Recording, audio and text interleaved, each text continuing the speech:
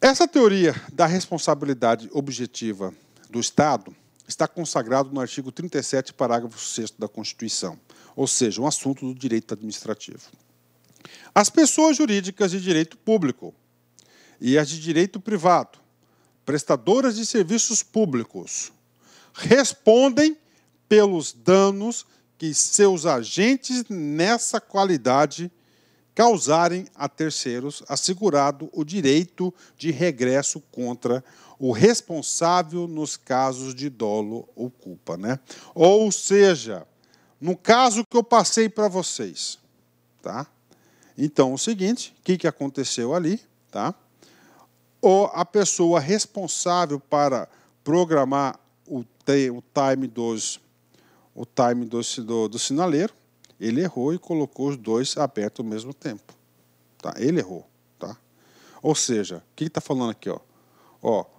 Responderão pelos danos que seus agentes. Ou seja, o agente, naquele erro, ele provocou o dano que os dois carros colidiram. Está ali. Nessa qualidade, então ele vai ter o quê? Ele vai ter que pagar, ele vai ter que indenizar, causarem a terceiros. Ele vai ter que pagar essas pessoas por esse não conceito dos carros, né?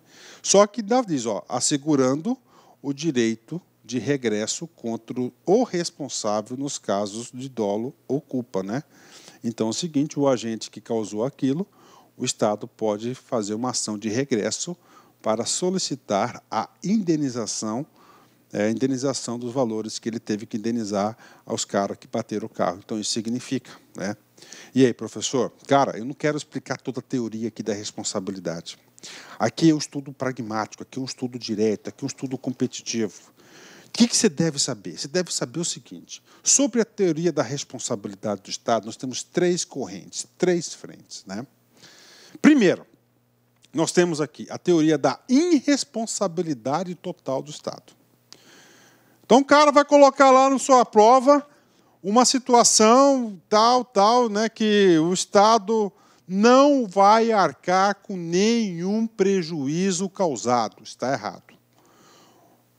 Qual que é a teoria na qual vai consolidar e vai subsidiar essa situação? Teoria da irresponsabilidade total do Estado. Professor, isso já existiu? Já existiu. Como assim, professor, que já existiu? Vou dar um exemplo para vocês. Na época do absolutismo, na época dos reis, né, o cara era rei porque era vontade divina. Então, ele, né, no exercício do seu reinado, ele cometia, claro, ele exercia vários atos, né? E vários desses atos, eles poderiam e causaram danos a terceiro, né? O ato do rei causou dano a terceiro. Né? E esse dano do terceiro, ele não era reparado pelo Estado. Por que não era reparado? Porque a teoria vigente que o Estado não erra, porque era uma vontade divina, então não há de se falar de reparação. Claro que a teoria da irresponsabilidade total do Estado não vigora mais, né? Eu não conheço, mas eu posso afirmar que eu acho que todos os países aí já rejeitaram essa situação. Então, situação da irresponsabilidade do Estado. Aí, nós temos uma outra teoria na qual o examinador pode tentar confundir você, que é a teoria da responsabilidade subjetiva. A nossa que vale é a responsabilidade objetiva. O que significa teoria subjetiva, né? A teoria subjetiva significa dizer o seguinte, que o Estado só deve reparar o dano, tão e somente deve reparar o dano se ele tiver culpa. Se ele tiver culpa, tá? Se ele tiver culpa. Por isso que é falado de culpa administrativa, né? Então, isso aqui é a teoria da responsabilidade subjetiva. E a teoria da responsabilidade objetiva, né? A teoria da responsabilidade objetiva significa dizer que o Estado deve reparar a situação assuma que o Estado causou aquele dano, então ele deverá o quê? Ele deverá reparar. Ou o seguinte, ou não. Então, a teoria da responsabilidade objetiva ela é um pouco mais ampla. Independe de culpa administrativa, independe de dolo. E claro que no artigo 7º da Constituição, né, artigo 37, parágrafo 6º, ele fala o seguinte: independe de culpa ou dolo do agente. Então nós temos aí a teoria da responsabilidade objetiva, né? E aí, professor, e aí a gente pode aprofundar mais esse assunto, mas para as questões de trânsito, isso aqui é o suficiente. Nós temos aqui algumas exceções que retiram, tá, a responsabilidade de reparar o dano do Estado. Por exemplo, né, o que acontece? No exemplo que eu dei para vocês do sinaleiro, o sinaleiro estava certinho, um verde e um vermelho. O cara do verde avançou normal. O cara do vermelho furou o sinal e colidiu com o carro. O Estado tem culpa? Não. Aí é culpa do cara que avançou o carro. Então não é culpa do Estado, é culpa exclusiva de quem? É culpa exclusiva do agente, não do Estado. Então, nesse caso, o Estado não vai reparar essa colisão, essa é culpa lá dos particulares. Tá? Há outro caso de exclusão aqui da responsabilidade objetiva. É caso fortuito, né? Caso fortuito, força maior, algo assim, é um desastre, por exemplo, um terremoto, né, que causa dano. Isso aí não é de responsabilidade do Estado, é um caso que está acima do Estado. Bacana? Ou seja, o que eu quero falar para vocês? O Estado adota, o Código de Trânsito Brasileiro adota a teoria da responsabilidade objetiva do Estado. Pode ter certeza, mas certeza absoluta que o examinador não vai aprofundar muito esse assunto, né?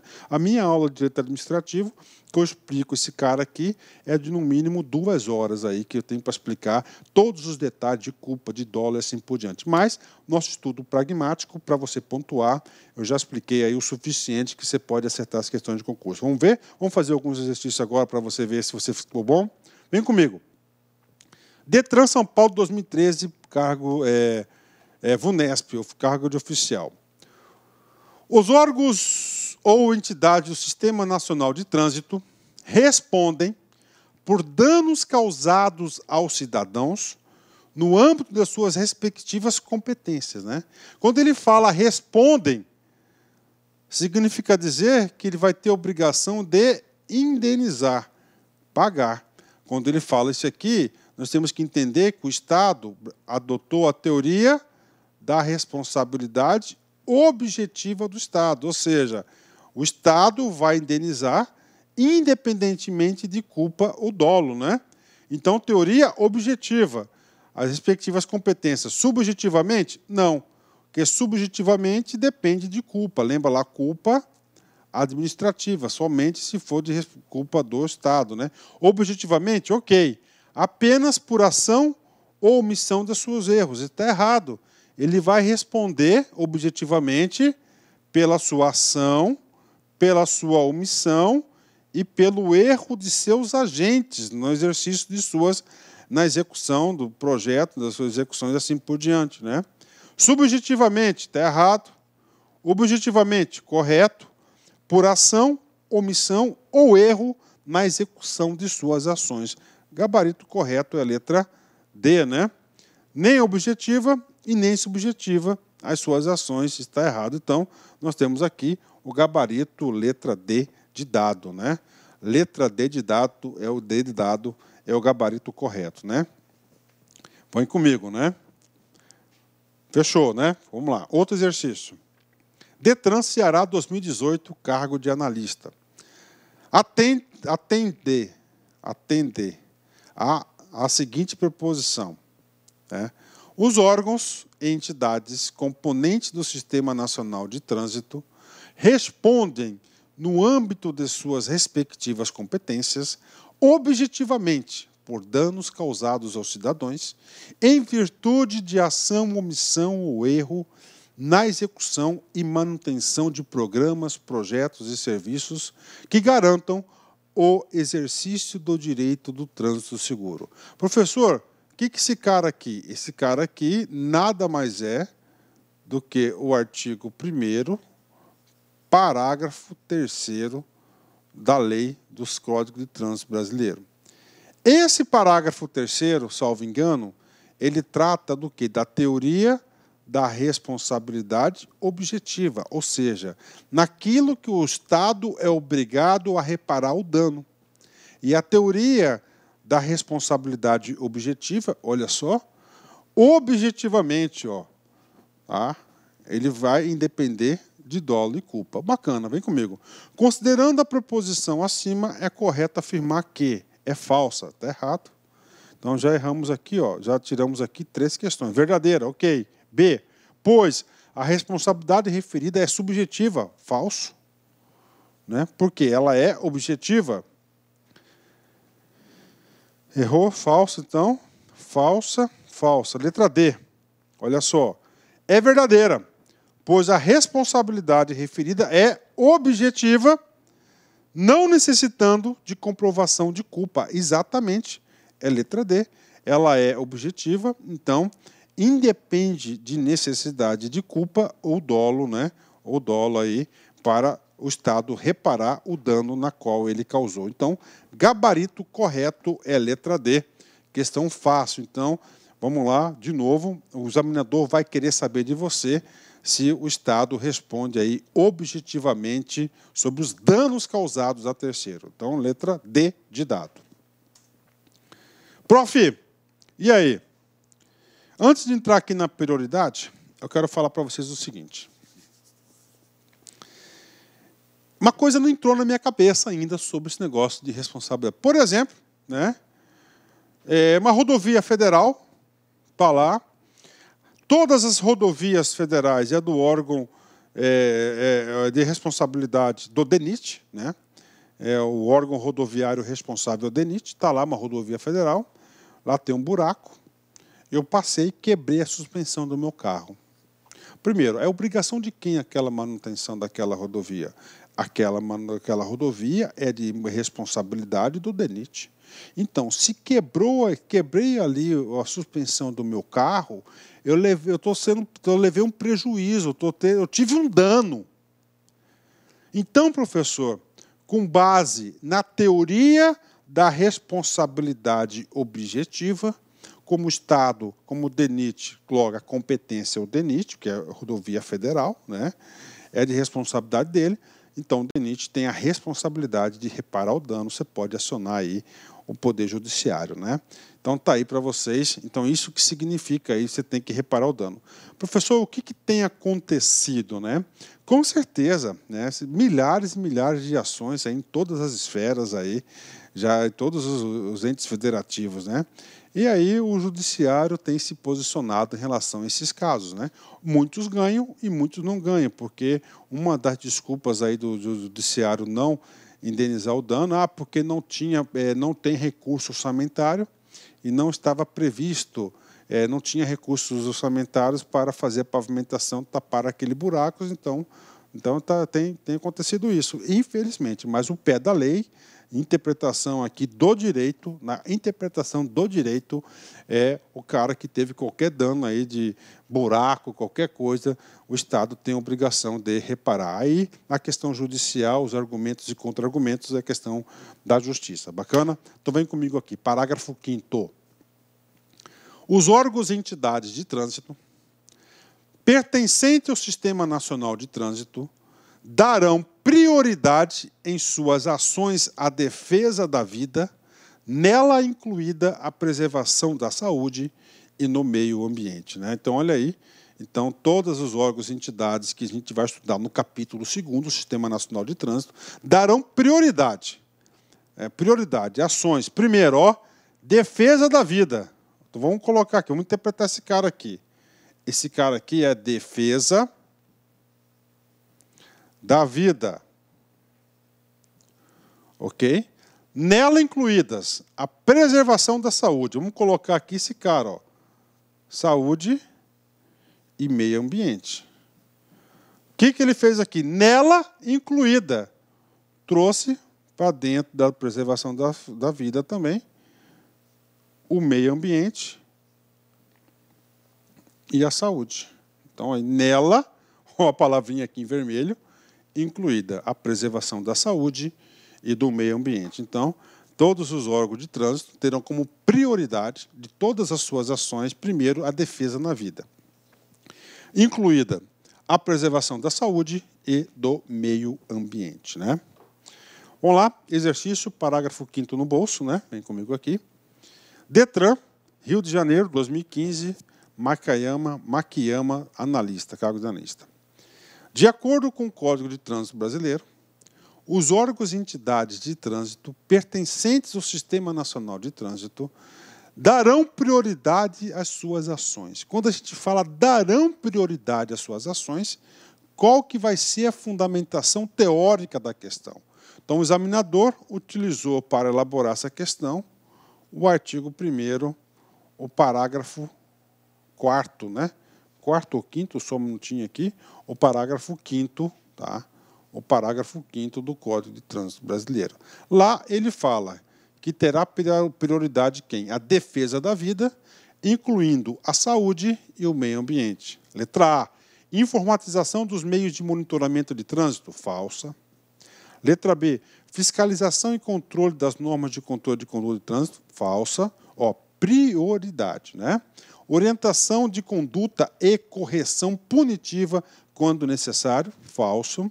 D, engenharia de trânsito no favorecimento do deslocamento, falso.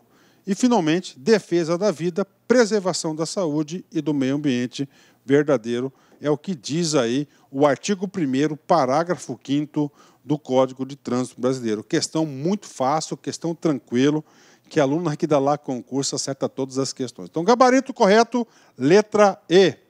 Letra E. Vem comigo. Terminamos aqui o artigo 1º.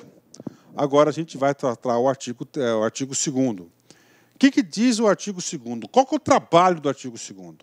O artigo 2º vem trazer o conceito de vias terrestres, né? Nós vimos lá no conceito da territorialidade do artigo 1º que diz o seguinte, olha só, voltando um pouquinho, ó, conceito, vias terrestres. O examinador, aliás, o legislador deixou bem claro que não é vias aéreas e nem marítimas. Então, o trânsito, o Código de Trânsito Brasileiro vai ser aplicado nas vias terrestres. Ok. Professor, mas o que é via terrestre? É rua? Logradouros, avenidas? Então, o artigo 2º vem detalhar e esclarecer o que são vias terrestres, né? São vias terrestres urbanas e rurais, ou seja, tanto na cidade quanto no campo. As ruas, as avenidas, os logradouros, os caminhos, as passagens, as estradas e as rodovias, que terão seu uso regulamentado pelo órgão ou entidade de circunscrição sobre elas, de acordo com as peculiaridades locais e as circunstâncias especiais, né? Ou seja, trouxe o conceito de vias terrestres, né? Professor, tem um macete? Tem. Aqui tem um spot radical, né, que a gente pode falar para vocês. Aqui um spot radical, olha essa foto aqui, belíssima, né? Toda vez que o professor usa uma foto como essa, faz um comentário como esse, ajuda na fixação do conteúdo. Pergunto para vocês, ó, tiro rápido aí, vamos lá, pergunta rápida, bate e volta, hein? Esses caras aqui estão fazendo que tipo de esporte? É isso mesmo, rapel, né? Ou seja, o que são vias terrestres, né? Rapel, ó, vias terrestres urbanas e rurais. Ruas, avenidas, passagens e caminhos, estradas e rodovias e logradouros. De novo, ruas, avenidas, passagens e caminhos, estradas e rodovias e logradouros. Ou seja, esse aqui é o famoso rapel. Professor, o que mais que trata o artigo 2º? Trata o seguinte. Então, as ruas, as avenidas, preste atenção, as passagens e caminhos, estradas e rodovias e logradouros, que terão seu uso regulamentado pelo órgão ou entidade com circunscrição sobre elas. Parou. Tá? Vamos colocar uma rua no município de Aracaju, tá? Do lado de uma escola municipal, por exemplo. Qual que é o órgão responsável por isso? Vai ser a prefeitura, vai ser a Secretaria Municipal de Trânsito, a prefeitura de quem? A prefeitura de Aracaju. Então, isso que está dizendo isso, né? Sobre elas, de acordo com as peculiaridades locais e as circunstâncias especiais. Então, é o seguinte, ó, né? Uso regulamentado, né? Então, é o seguinte, o que acontece? Vamos colocar essa situação aqui, uma rua, tá? Uma rua lá no município de Aracaju, do lado de uma escola. Parou. Gente, escola, trânsito, então vai ter uma regulamentação específica. Então, lá a velocidade máxima vai ser 30 por hora, por exemplo, assim se o órgão executivo municipal decidir. Agora, vamos colocar uma situação, uma estrada duplicada, uma estrada federal duplicada, uma estrada federal. Então, significa dizer assim, que a regulamentação do uso daquela estrada vai ser diferente. Lá vai ser 80, 100 km por hora o limite de velocidade. Então, isso que está dizendo aqui, que terão, então, as ruas, as avenidas, as passagens, os caminhos, as estradas, as rodovias, os logradouros, terão seu uso regulamentado pelo órgão ou entidade com circunscrição sobre elas, né? Por isso que é muito importante a nossa próxima aula, porque a próxima aula, o capítulo 2º, nós vamos estudar todas as entidades e órgãos do Sistema Nacional de Trânsito. E lá nós vamos mapear a sua circunscrição, ou seja, a sua responsabilidade, né? De acordo com as peculiaridades locais e as circunstâncias especiais, né? Então, por exemplo, quando a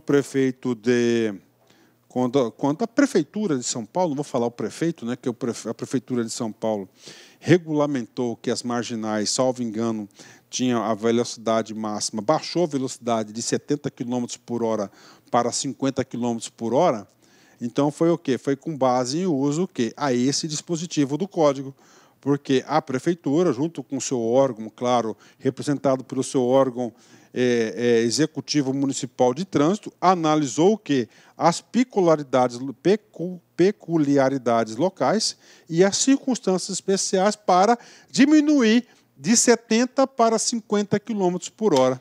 Então, aqui o artigo 2º no bolso, né? Esse artigo 2º, nós temos aqui um parágrafo único, um complemento desse artigo 2º, que diz assim: para efeitos deste código, são consideradas vias terrestres. Olha só, gente. Para efeitos deste código, são consideradas vias terrestres as praias abertas à circulação pública, as vias internas pertencentes aos condôminos, constituídos por unidades autônomas, e as vias e áreas de estacionamento de estabelecimentos privativos de uso coletivo. E aí, prof? Vamos lá. Cabe explicação. Então, você já entendeu aqui. Ruas, avenidas, passagens, estradas, rodovias e logradouros. Todos esses dispositivos são considerados vias públicas.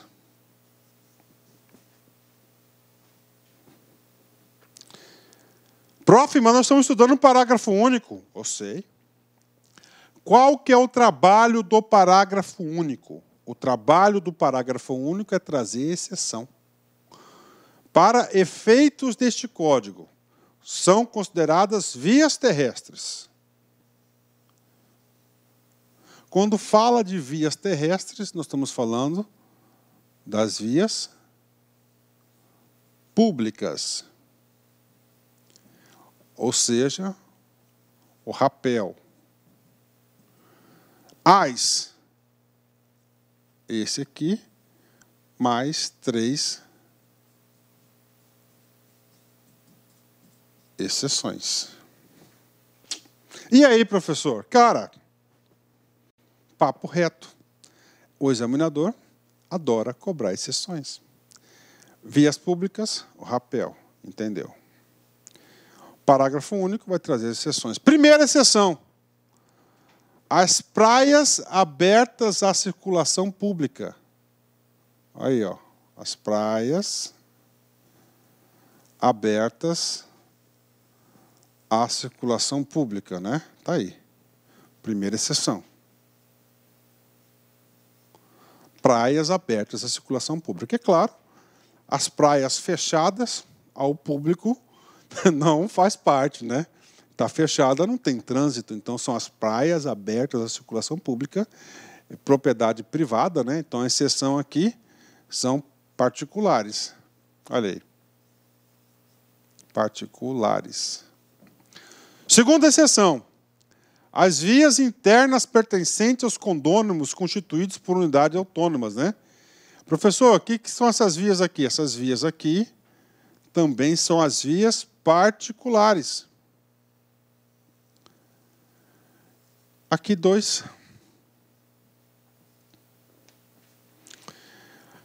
Quem é esse cara? É o condomínio. Condomínio privado. Eu, particularmente, moro num condomínio fechado, né? No condomínio fechado que eu tenho, tem o quê? Tem lá as ruas. Está lá. Então, o que acontece?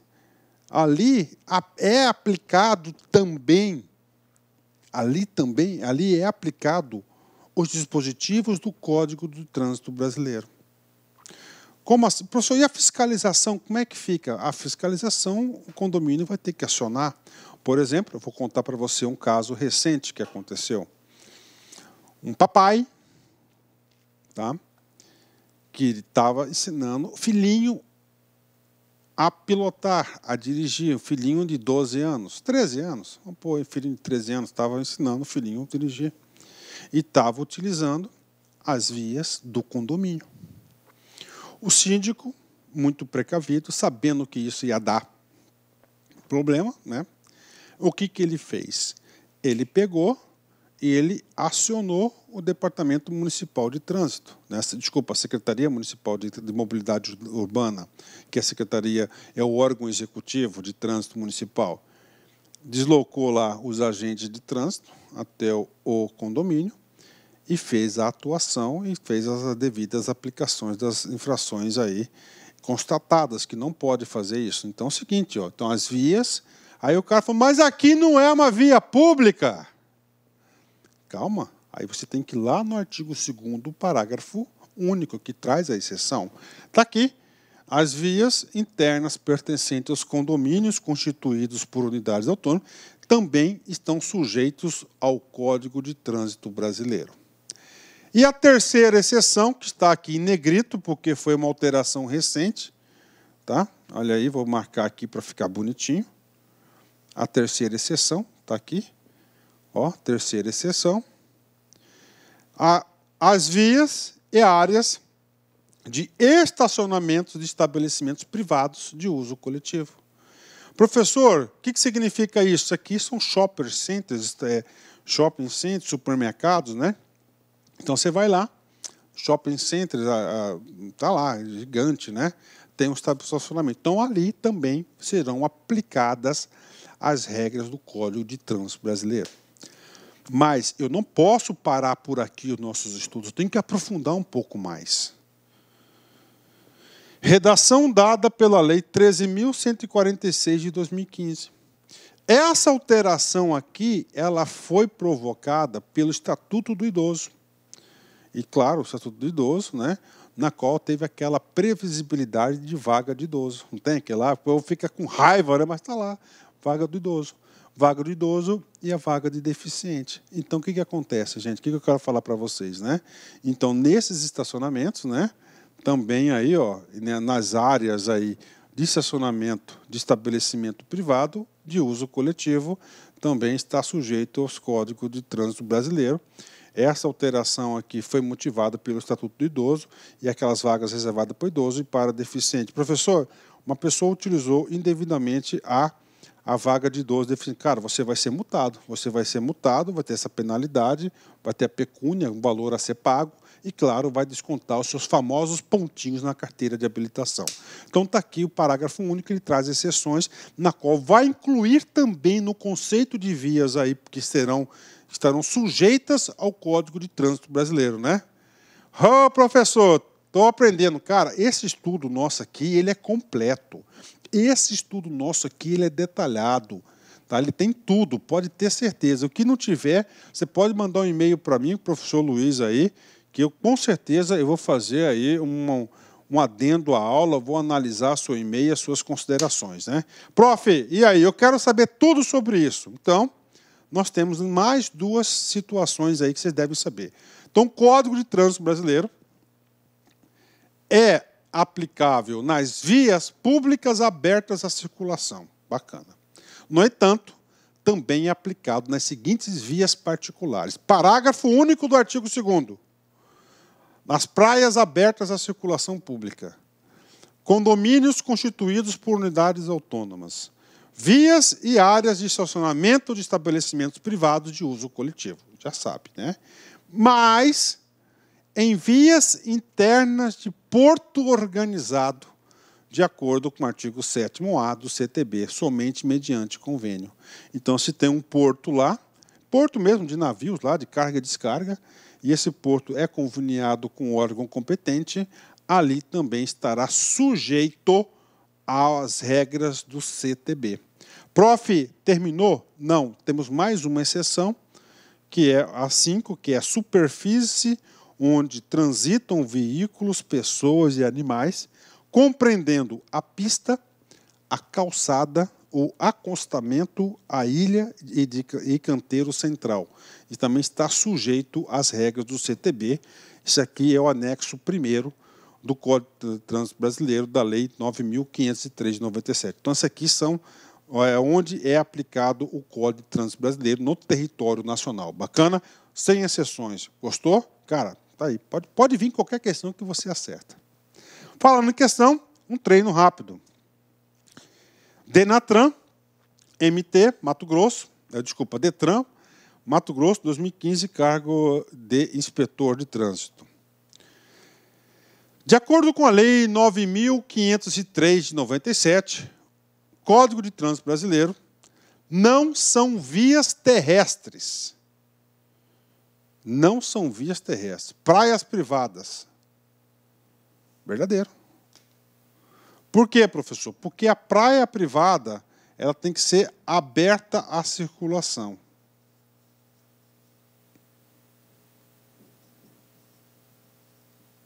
Ok. Amparo da questão, artigo 2º,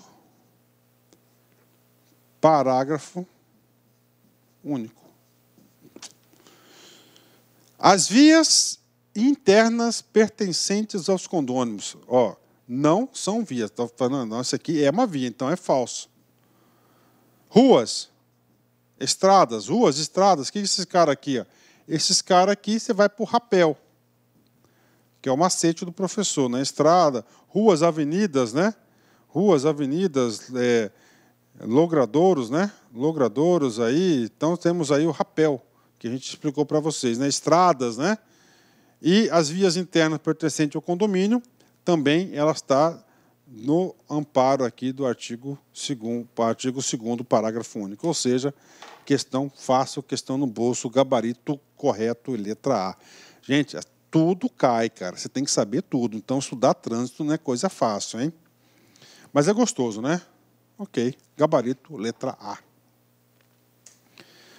Parágrafo 3º. As disposições deste Código são aplicáveis a qualquer veículo, ou seja, uma interpretação ampliativa, bem como aos proprietários dos veículos, os condutores dos veículos, nacionais ou estrangeiros, e as pessoas nele expressamente mencionadas. Ou seja, está aqui a aplicabilidade, a aplicação de quem estará sujeito aí ao código. Tranquilo, fácil, né? As disposições deste código são aplicáveis a qualquer veículo, motorizado, elétrico, remoto, qualquer veículo, bem como aos proprietários, ou seja, o dono daquele veículo, condutor do veículo, que não pode, que às vezes o veículo é meu, mas outra pessoa está dirigindo. Então, a propriedade do veículo é minha propriedade, só que quem está conduzindo é outra pessoa. O condutor também responde às regras de trânsito, né? É veículo nacional ou estrangeiro e as pessoas nele expressamente mencionadas. Ok, está colando aqui. Qual que é o trabalho do artigo 3º? É a aplicabilidade do Código de Trânsito. E, finalmente, último artigo da nossa magnífica aula, nós temos aqui Os conceitos e definições estabelecidos para os efeitos deste código são os constantes no anexo 1. Ou seja, o anexo 1 vai trazer aí diversas dezenas e dezenas de terminologias que nós vamos utilizar durante o curso. Ó. Anexo 1 dos conceitos e definições. Por exemplo, acostamento. Parte da via diferenciada da pista de rolamento destinada à parada ou estacionamento de veículos. Né? Agente de autoridade de trânsito. Ar alveolar. O que é o ar alveolar? Né? Alvéolos, né? Do pulmão. Né? Ar respirado pela boca de um indivíduo originário dos alvéolos pulmonares. Né? Ok? Automóvel, autoridade de trânsito, balanço traseiro. Ou seja, este anexo primeiro, ele vai trazer várias terminologias, conceitos e definições que nós vamos utilizar. Gente, quer gabaritar? Então é o seguinte, vamos lá. Seu trabalho de casa. O seu trabalho de casa vai ser, não precisa assistir a aula de novo, você vai pegar o artigo 1º até o artigo 4º, vai fazer 3 leituras concentradas. É o suficiente para você fixar o conteúdo. Depois disso, você vai fazer uma leitura concentrada no anexo 1º, que são todas as terminologias aí, e claro que essa terminologia nós vamos estar utilizando aí diversas vezes no decorrer do nosso curso. Né? Sendo assim, encerro nossa primeira aula de Código de Trânsito. A nossa próxima aula nós vamos estudar as competências de trânsito, assunto muito gostoso, assunto muito tranquilo. Encerramento de sempre com uma palavra aí, é uma mensagem, Carlos Drummond de Andrade, né? Sou fã desse cara aqui. Ser feliz sem motivo é a mais autêntica forma de felicidade. Olha aí, ser feliz sem motivo é a mais autêntica forma de felicidade, né? Ou seja, para você ser feliz, você não precisa de motivo, né? Aí vem aquela máxima, era feliz e não sabia. Pense nisso. Forte abraço, fique com Deus, até a próxima se quiser. Fui, tchau. Clique, claque.